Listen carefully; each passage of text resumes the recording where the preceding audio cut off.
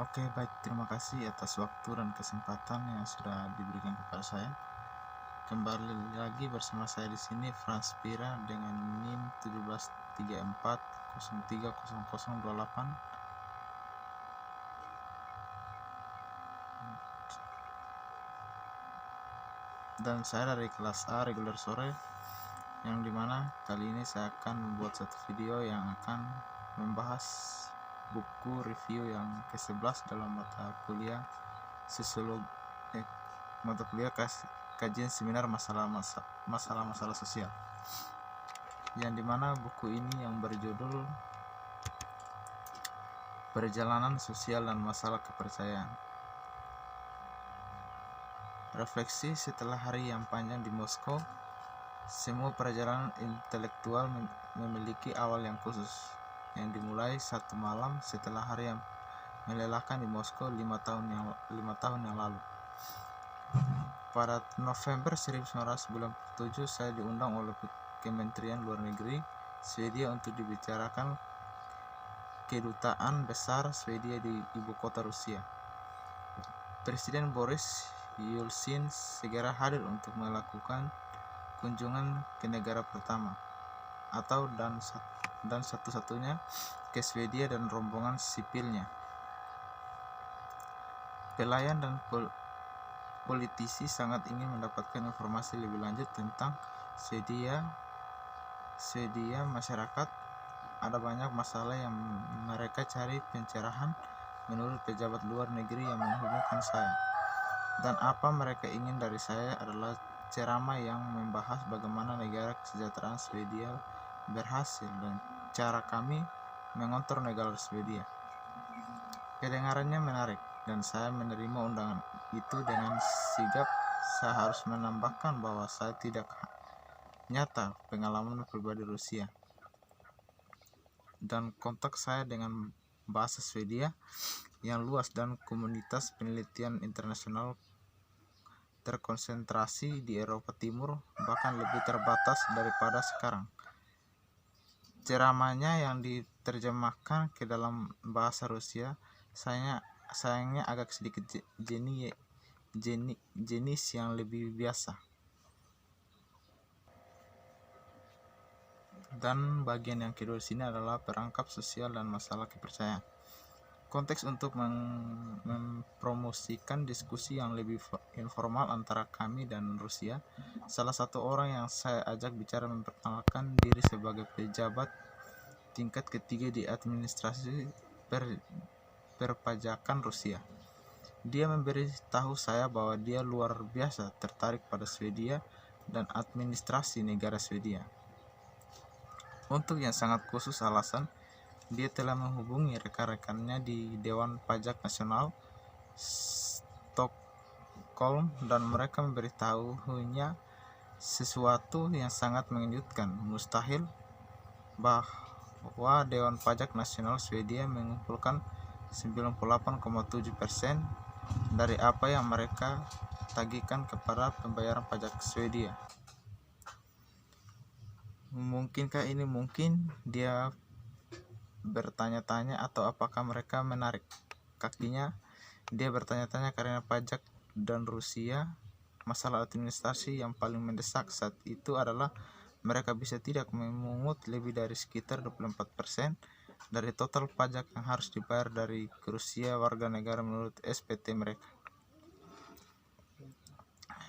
Angka tersebut tidak menghitung ekonomi pasar hitam dan abu tentu saja, tetapi Dewan Pajak Nasional Swedia mungkin mengumpulkan presentasi seperti itu dari jumlah total yang dianggap warga negara. Dianggap benar bagi saya untuk mempertanyakan berikutnya tentang bagaimana itu mungkin. Saya menjawab bahwa tidak, bahwa itu mungkin karena dua hal. Selama beberapa tahun dipertahankan 1980-an, saya mengalami hak istimewa untuk bekerja sama dengan Urban Laurin di Departemen Ilmu Politik di Uppsala, yang doktornya tajam dan terampil disertasi telah pada kecenderungan atau keengganan orang Swedia untuk membayar pajak mereka. Jadi saya tidak sepenuhnya bingung tentang masalah ini. Poin yang ketiga itu adalah refleksi setelah hari panjang di Moskow. Seketika saya kehilangan kata-kata. Saya tidak pernah memikirkan baris dan saya segera menyadari bukan tanpa rasa malu, itu ilmu sosial tidak dapat memberikan jawaban yang paling tidak dapat diandalkan untuk masalah ini, dan bahkan lebih sedikit lagi yang menggunakan dalam praktik. Kami memiliki model yang sangat baik untuk menjelaskan situasi statis dan korupsi sistematis serta berbagai bentuk kerjasama yang dapat dipercaya dari waktu ke waktu, tetapi tidak ada model yang berguna untuk menjelaskan apa yang menyebabkan perubahan dari satu keadaan ke keadaan lain. Bagaimana Anda bisa membuat orang yang sudah lama memendam dengan loyal kebaikan bersama? Kenapa orang dengan yang sudah lama berdiri ekstensif pengalaman dan ingat tentang ketidakpercayaan atau kejahatan, duplikasi dan kekejaman dari orang lain tiba-tiba mulai bergantung satu sama lain dalam sebuah permainan seperti ini.